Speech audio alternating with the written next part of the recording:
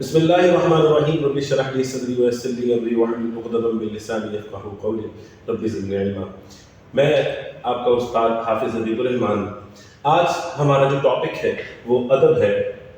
ادب کافی بچے لوگ سے پوچھتے ہیں کہ سر ادب کی تعریف بتائیے۔ تو ادب اصل میں کیا ہے؟ انسان کے جذبات، احساسات، نفسیات، خیالات، اس کے رہن سہن کے طریقے، ان ساری چیزوں کو قلم بند کرنا ادب کہلاتا ہے۔ اب ظاہر سی بات ہے، ہر ملک کا، دنیا میں 206 ممالک میں، ہر ملک کا اپنا اپنا ادب ہے۔ وہ دو ہی انداز میں ریپریزنٹ ہو سکتا ہے، یا اس کا نثری انداز ہو سکتا ہے یا پھر شعری انداز ہو سکتا ہے۔ جیسے فرانس ہے، انگلش کا مطلب جو لٹریچر ہے، انگلش لٹریچر جسے کہتے ہیں، وہ بھی دو ہی انداز سے ریپریزنٹ ہوتا ہے۔ تو میں نے اردو ادب کی دو اقسام لکھی ہیں۔ کسی بھی ادب کی دو ہی اقسام ہو سکتی ہیں، یا تو وہ پروز یعنی نثری انداز ہو سکتا ہے، یا بنی ہوئی انسان کی عام گفتگو میں تحریر ہو سکتی ہے، یا پھر شعری انداز ہو سکتا ہے، ایک آہنگ انداز ہو سکتا ہے۔ دونوں میں جو ہے وہ یہ دو ادب کی دو طرح کی اقسام ہے سوری۔ اچھا خیر، نثر سب سے پہلے ہم ڈسکس کرنے جا رہے ہیں۔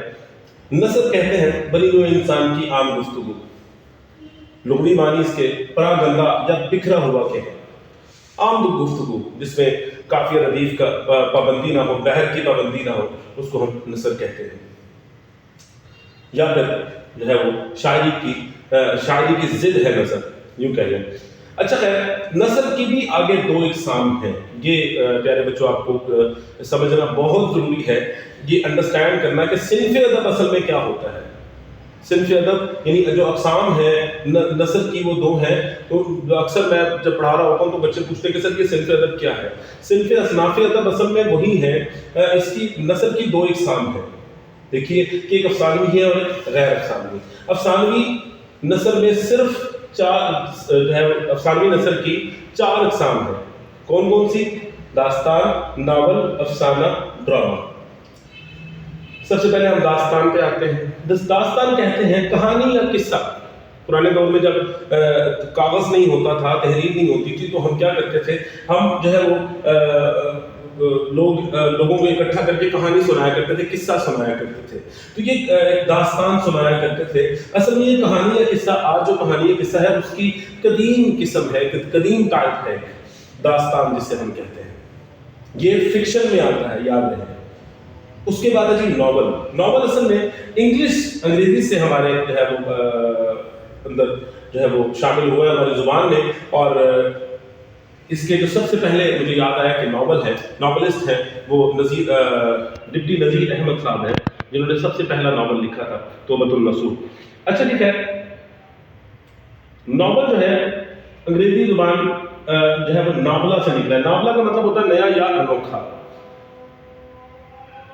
یا آپ یوں سمجھ لیں ناول میں ایک جو ضروری چیز ہے جب تحریر کرنا ہو تو واقعات خلاف قیاس نہ ہو، کہ ان کو خیال کیا جا سکے، سوچا جا سکے، ایگزیجریشن نہ ہو، مبالغہ آرائی نہ ہو، اس کو ہم کیا کہتے ہیں؟ ناول کہتے ہیں۔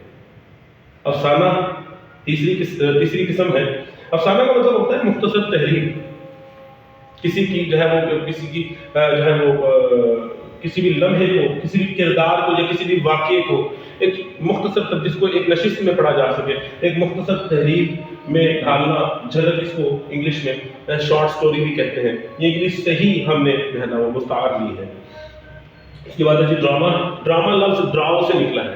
ڈراؤ کا مطلب ہوتا ہے عمل کر کے دکھانا، کرداروں کے حرکات کے ذریعے عمل کر کے دکھانے کو ہم ڈرامہ کہتے ہیں۔ ڈرامہ کے آگے بہت ساری اقسام ہیں، المیہ ڈرامہ ہے، تربیہ ڈرامہ ہے، سوانگ ڈرامہ ہے، ٹریجڈی، کامیڈی، فارس، یہ سارے ڈرامہ کی اقسام ہیں۔ یہ ہو گیا کہ ہمارا افسانوی نثر۔ آگے ہے غیر افسانوی نثر۔ غیر افسانوی نثر کسے کہتے ہیں؟ جس میں سوانح نگاری پائی جائے، آبیتی پائی جائے، خاکہ نگاری پائی جائے، سفر نامہ اور مضمون۔ غیر افسانوی نثر میں جو سب سے امپورٹنٹ چیز ہے وہ سوانح نگاری ہے۔ سوانح نگاری سانحہ سے نکلا ہے، کسی کی زندگی کو، کسی کی مکمل زندگی کو بیان کرنے کو ہم سوانح کہتے ہیں۔ کسی کی زندگی بیان کرنا، کسی کی جو ہے وہ پوری بایوگرافی کے بارے میں لکھنا سوانح نگاری کہلاتا ہے. جیسے کہ یادگار غالب ایک کتاب ہے مولانا الطاف حسین خانی کی، وہ ایگزامپل ہے. پھر اس کے بعد سیرت النبی مولانا شبلی نعمانی کی جو ہے وہ ایک کتاب ہے سوانح نگاری میں. تو آپ بیتی اصل میں کہتے ہیں کہ اپنے بارے میں اپنے ساتھ بیتا ہوا کوئی بھی واقعہ بیان کرنا، کوئی بھی چیز بیان کرنا، اس کو خود نوشت بھی بولتے ہیں اور انگلش میں اس کو آٹو بایوگرافی بولتے ہیں. خاکہ نگاری ہے. خاکہ نگاری کا مطلب ہوتا ہے ڈھانچہ، لفظی تصویر کھینچنا، کسی کی لفظی تصویر کھینچ دینا. مراد یہ ہے کہ جو کچھ بھی ہو رہا ہے اس کو الفاظ میں بیان کر دینا، اس کی شکل و صورت جو بھی انسان ہے اس کی وضع کا بھی بیان کر دینا خاکہ نگاری کہلاتا ہے. سفر نامہ اس کو ٹریول لوگ بولتے ہیں.